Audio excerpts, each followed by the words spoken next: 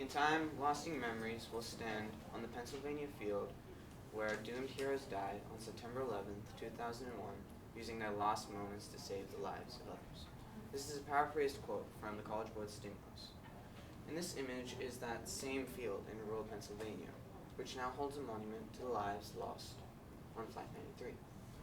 Flight 93 was the fourth plane that crashed and, was hijacked on 9/11, and the passengers on board at that time, knowing that the threat that the hijacked plane posed to the general public, took it upon themselves to overcome the hijackers and ground the plane. Sadly, they lost their lives in doing so, and their final and faithful sacrifice was on this field of honor. Now, a sacrifice's magnitude varies significantly, ranging from sacrificing one's life in the face of danger to giving up the little things, like making time to help someone in need. Yet all the same, the sacrifice, the impacts,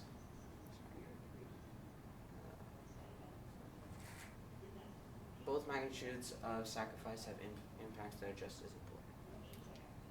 Good morning, my name is Chris Koshi, and I'll be talking about the gift of sacrifice.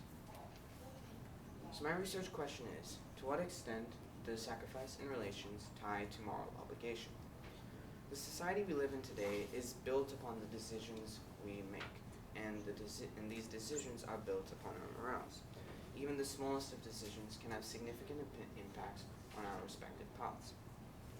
For example, on Flight 93, the passengers on board executed their sacrifice, knowing that it was for the greater good of society.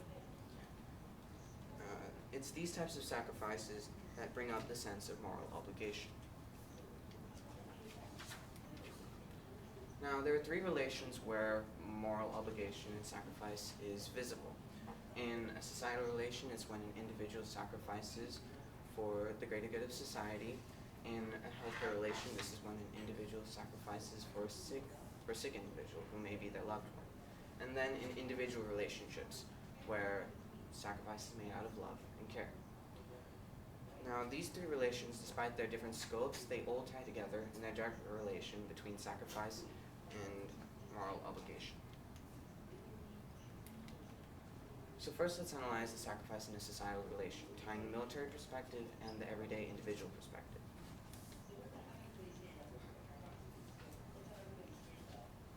Enlisting into the military involves sacrifice of time and body. Yet there is honor and purpose to serve and protect society and its ideals.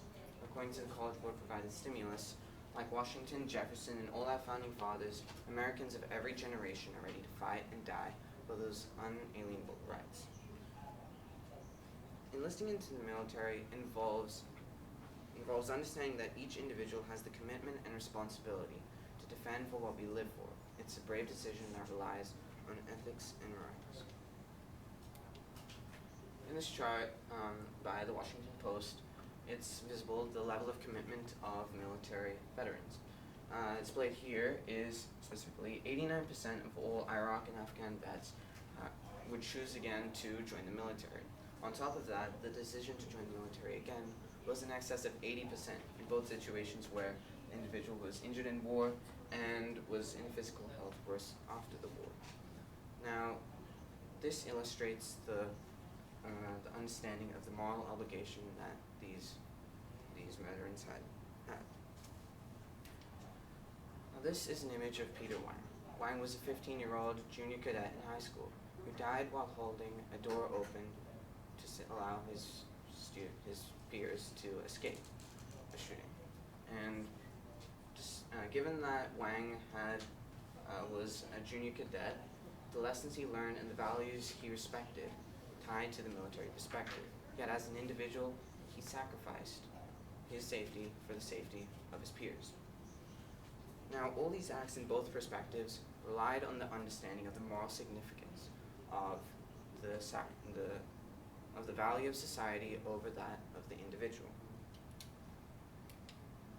Next, let's analyze the sacrifice in a healthcare relation. Taking, for example, individuals living with Alzheimer's who require a caregiver. According to the College Board provided stimulus, this is a chart where it's visible where there's a visible spread of the number of unpaid care workers in each state, caregivers. And in fact, it totals 11 million unpaid caregivers nationwide. Furthermore, according to Vanessa Carbonell, spouses use their body as a human alarm system by sleeping at exit points to ensure that their loved one with Alzheimer's doesn't run off and escape.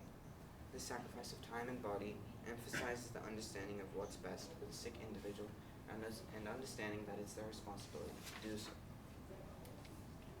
Finally, let's analyze the sacrifice in individual relationships. In a simulated trolley dilemma where the individual could self-sacrifice to save all of his or her friends, tightly knit friends were more likely to self-sacrifice and moreover justify their decision using moral reasoning. Understanding the gravity of their decisions, individuals identified that it was the right thing to do and gave up their interests. Then there's the perspective of love, where sacrifice is linked to high satisfaction, stronger commitment, and poor alternatives in close relationships. In both of these perspectives, individuals are sacrificing for others who they love and care about. And this is knowing that that was the morally right thing to do. Yet there are some limitations to tying sacrifice to moral obligation. As presented by Joseph Raz, a law studies professor at Oxford University, I might make a sacrifice in order to save my child's life, and his life's eventual richness and happiness may greatly enrich my life. Now, this brings up the question of whether the sacrifice that the individual is committing is really an effort to somehow benefit the individual in some way. Yet, Raz himself contradicts his assertion and states that at the end of the day, true sacrifice comes with selflessness.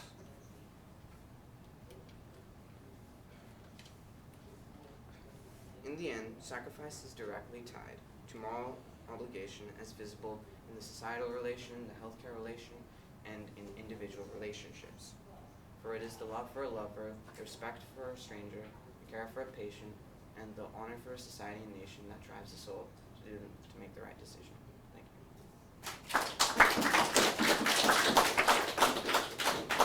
Back up a little bit.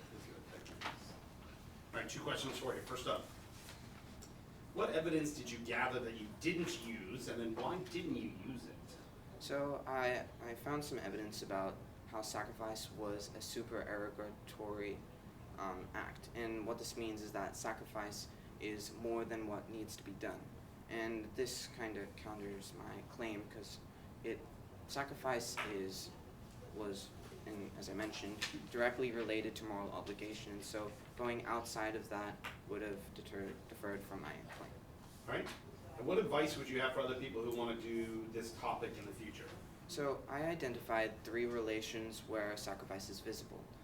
Now there are numerous more relations where it's visible, and in much smaller scenarios and bigger scenarios, and especially at home, community, and throughout the world, sacrifice and moral obligation is very visible.